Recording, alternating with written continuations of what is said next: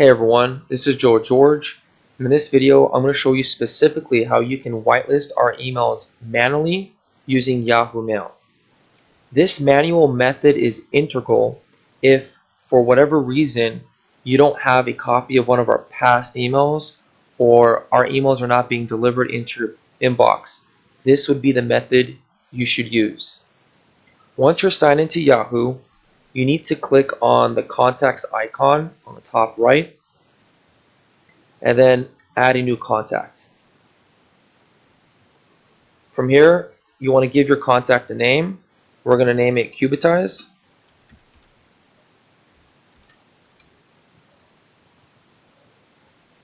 Then we need to manually add the email addresses. Since we use two emails, news@news.cubitize.com and support@support.cubitize.com, you want to add those two emails. Let's first start with the news domain.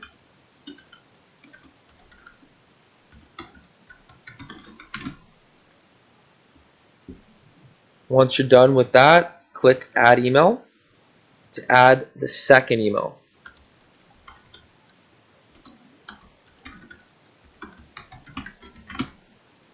Okay. As soon as you're finished, click Save. And once you do that, you're basically telling Yahoo to whitelist both those emails. And that's how to do it manually. There is one other step that you need to do in order to ensure that all of our emails get delivered into your inbox folder. And what we need to do is we need to set up a filter. Okay? This step is very important, so please don't skip this segment of this video.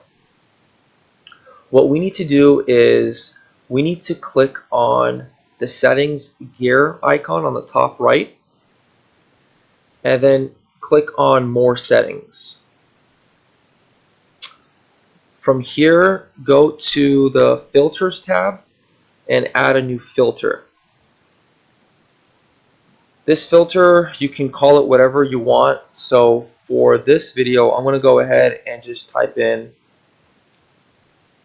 Cubitize.